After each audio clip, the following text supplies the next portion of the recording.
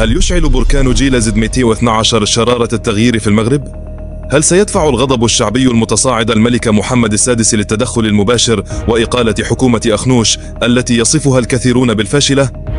اليوم نكشف لكم 5 حقائق صادمة عن جيل زد، الجيل الغاضب، وكيف تحولت ثورته إلى صوت قوي يطالب بإنهاء الأوضاع الاقتصادية والاجتماعية المتردية.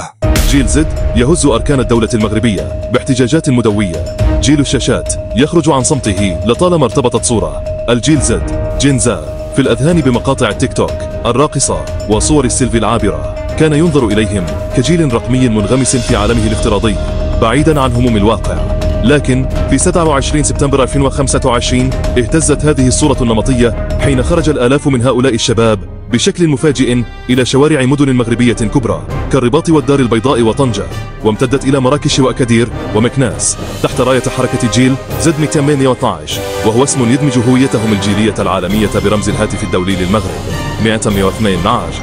أعلن هذا الجيل عن وجوده بقوة. يستعرض هذا التقرير 5 حقائق أساسية ومدهشة حول هذه الحركة الشبابية الجديدة التي فرضت نفسها على الساحة. الثورة ولدت على الإنترنت من ديسكورد إلى الميدان. هذه الحركة هي نتاج أصيل للعصر الرقمي، لم تنطلق من مقرات حزبية أو نقابية، بل تشكلت ونظمت بشكل أساسي عبر منصات رقمية مثل ديسكورد وإنستغرام. فقد وصفت مجموعة جيل زد 218 على منصة ديسكورد التي وصل عدد أعضائها إلى 12,000 عضو بأنها فضاء للنقاش الحر. السمة الأبرز التي تميز هذه الحركة هي قدرتها على تحويل النقاشات الافتراضية إلى احتجاجات ميدانية منسقة وواسعة. هذه القفزة النوعية من الشاشة إلى الشارع تجعلها حركة هجينة رقمية ميدانية، حيث تستخدم الأدوات الرقمية ليس فقط للتعبير بل كأداة تنظيم وحشد فعالة تتجاوز الأطر التقليدية. المطلب ليس إسقاط النظام بل بناء المستقبل.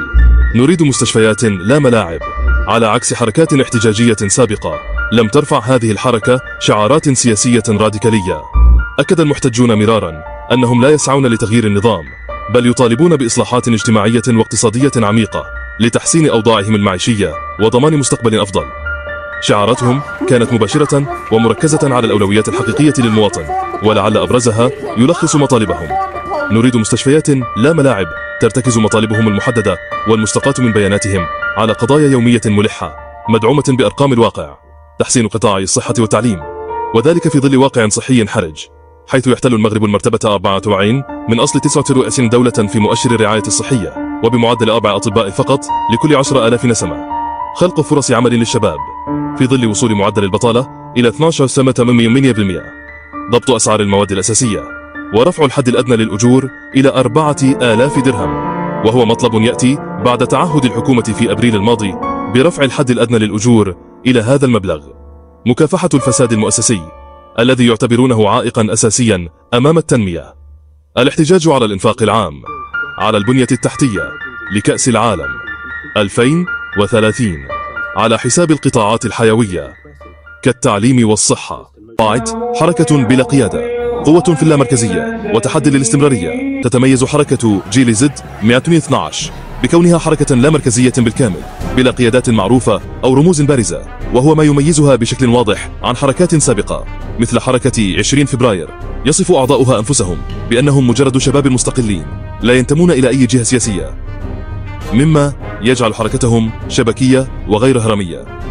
هذه السمة تشكل نقطة قوة أساسية، حيث تجعل من الصعب على السلطات تصنيف الحركة أو احتوائها.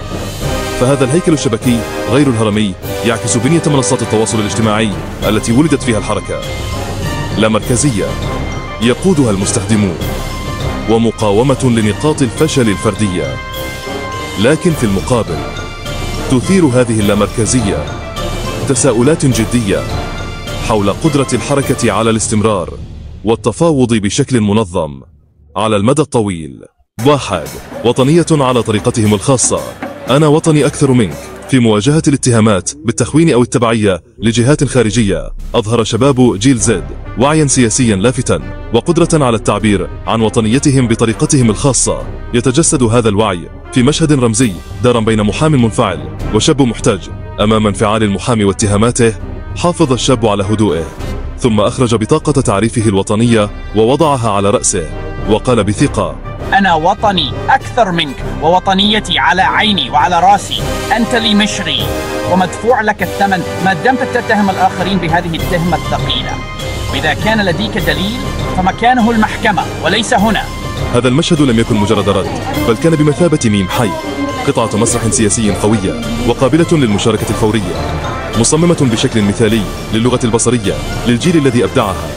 إنه يلخص رفض الجيل للاتهامات الجاهزة ويعيد تعريف الوطنية من وجهة نظرهم. فالوطنية ليست شعارات فارغة، بل هي المطالبة بالحقوق الأساسية والكرامة لكل مواطن. 1. ظاهرة عالمية وليست محلية فقط. من نيبال إلى المغرب، احتجاجات جيل زد 112 في المغرب ليست حدثا معزولا، بل هي جزء من ظاهرة عالمية أوسع. هذا الارتباط العالمي ليس موضوعيا فحسب، بل هو تكتيكي. فكما استخدم نظراؤهم في نيبال الذكاء الاصطناعي لإنتاج مقاطع فيديو فيروسية تنتقد النخبة، أو كما استخدم النشطاء في إندونيسيا الميمز كسلاح، فإن الشباب المغربي يستخدمون دليل احتجاج رقمي عالمي. ففي دول مثل نيبال ولبنان وإندونيسيا خرج شباب الجيل زد إلى الشوارع بنفس الأدوات والأساليب، مطالبين بمكافحة الفساد وتحقيق العدالة. وفي نيبال على سبيل المثال أدى الضغط الشعبي الذي أشعله شباب جيل زد إلى استقالة رئيس الوزراء. هذا التشابه يثبت أننا أمام تحول جيلي عميق في أساليب التعبير السياسي، حيث أصبح الشباب في كل مكان فاعلين أساسيين في رسم ملامح مستقبلهم. بداية لتعاقد جديد، ما يحدث في المغرب اليوم ليس مجرد موجة احتجاجات عابرة، بل هو تعبير واضح عن صوت جيل جديد له أدواته، لغته وأولوياته المختلفة جذريا عن الأجيال السابقة. وكما أشار المحلل حسين بكار السباعي، فإن الإفراج عن الشباب المعتقلين يجب ألا يفهم كنهاية لمشهد احتجاجي، بل كبداية لتعاقد جديد بين الدولة وجيل المستقبل. يبقى السؤال مطروحا: فهل ستتمكن الأنظمة من فهم لغة هذا الجيل الجديد وفتح حوار حقيقي معه، أم سنشهد المزيد من الصدامات بين الشارع الافتراضي الذي أصبح واقعا والواقع التقليدي الذي لم يعد قادرا على استيعاب متغيرات العصر؟ مرحبا بكم في قناتنا. إذا كنتم تستمتعون بمحتوانا وترغبون في متابعة كل جديد، لا تنسوا الاشتراك في القناة وتفعيل جرس الإشعارات ليصلكم كل جديد. إذا كنتم قد اشتركتم في القناة فعلا، شاركوا الفيديو مع أصدقائكم وعائلتكم لتعزيز انتشار محتوانا. سنكون سعداء بسماع آرائكم وأفكاركم في التعليقات. لا تترددوا في مشاركة ما تفكرون به وطرح أسئلتكم. نحن هنا للإجابة على استفساراتكم. شكرا لكل من اشترك في القناة ودعمنا. نحن نقدر دعمكم الكبير ونعد بتقديم محتوى مميز دائما.